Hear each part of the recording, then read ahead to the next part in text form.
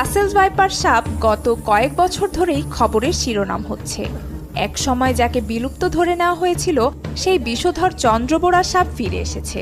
বরেন্দ্র অঞ্চল থেকে পদ্মার কোল ধরে ছড়িয়ে পড়ছে অনেক জেলায়, কিন্তু এবার যেন রীতিমতো আতঙ্কের প্রতিশব্দ হয়ে উঠেছে সাপটি। একের পর এক খবর আসছে রাসেলস ভাইপারের দংশন ও তার থেকে মৃত্যুর। জনমনে এমনই ভয় দানা বেঁধেছে যে কৃষক খেতে যাবার সাহসও পাচ্ছে না।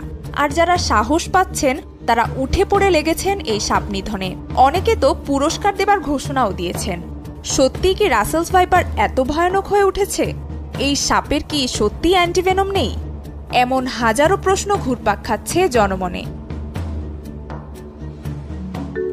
রাসেলস ভাইপার সবচেয়ে বিষধর এই কথাটি আসলে সঠিক না। দেশের গোখরা আর কেউটেও এর চেয়ে বেশি বিষধর। মানুষের মৃত্যুও হয় মূলত এই দুই প্রজাতির সাপের কামড়ে।